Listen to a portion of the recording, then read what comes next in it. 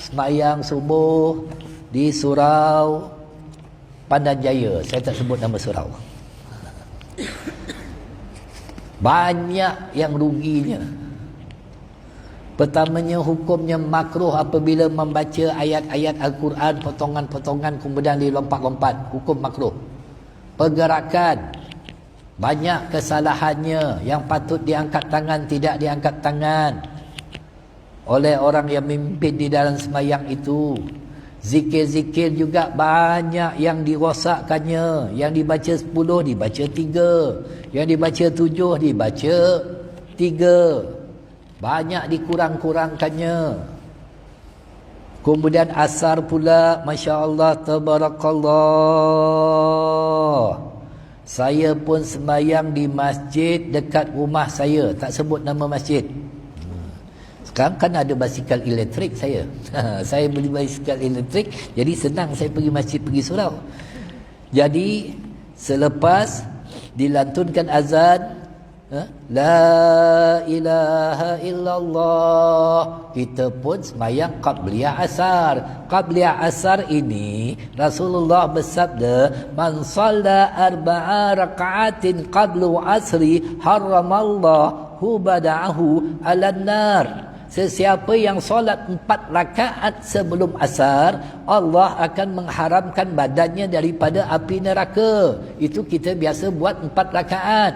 Selepas salam 2 rakaat saja, dah qamat dah. Tak bagi peluang langsung. Malah ada orang yang belum lagi bagi salam. Tok Bilal dah qamat, kenapa buru-buru?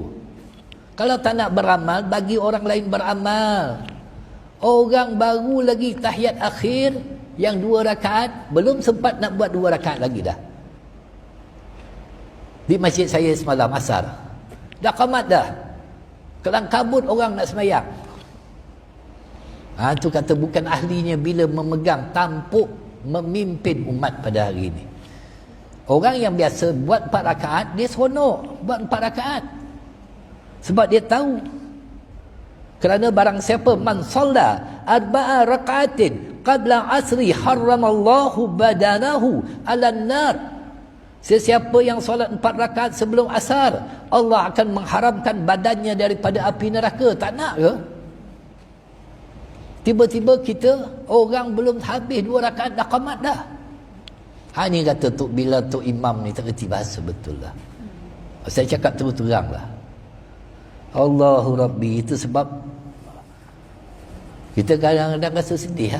Hakikat semayang tu nak kena sempurnakan.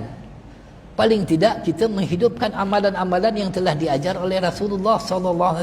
Habis, buang semua. Semua dibuang-buang. Itu yang sedihnya. Bila sebut tak nak dengar pula. Ada masalah. Ini masalah. Orang yang memimpin semayang ni. Allahu Akbar. Minta maaf lah, Masjid Nur Hidayah sampai 5 imam. Kadang-kadang seorang pun tak ada. Dah lah aku juga yang terpaksa naik. Imam 5. Allah. Sedih kita tengok akhir zaman. Ketika tak bertugas, yang 4 orang tu mana pergi? Kita pun fikir, mana pergi? Jadi kita tak boleh nak salahkan orang awam kalau tak pergi ke masjid, kalau tok imam sendiri pun tak datang masjid ketika tidak bertugas. Saya cakap terus-terang ya. Imam yang dilantik bertugas di sesuatu tempat, mesti ada pada tempat tersebut sebagai amanah. Jaga tempatnya. Jaga rumah masing-masing. Jangan sibuk pergi tempat lain. Jaga rumah masing-masing. Kerana apa? Kalau imam yang bertugas itu sakit tekak, macam ni ada imam sakit tekak dekat Nurul Hidayah tu. Tiap kali nak semayang berdehem. Batal semayang orang. Jadi boleh dikeluarkan, gantikan. Ini tak, masing-masing berkira. Aku tak bertugas, kau bertugas, kau pergi. Aku tak bertugas, aku MC. Ini masalah. Tak ada keikhlasan langsung. Semayang kerana tugas. Jadi kalau orang awam tak pergi masjid, tok imam jangan salahkan orang awam. Sebab tok imam sendiri pun tak pergi masjid ketika tidak bertugas. Saya sebutkan perkara ini. Ini nak masuk bulan Rejab, bulan semayang. Payahnya Rasulullah ambil semayang daripada Allah SWT melalui peristiwa Isra' wa Mi'raj.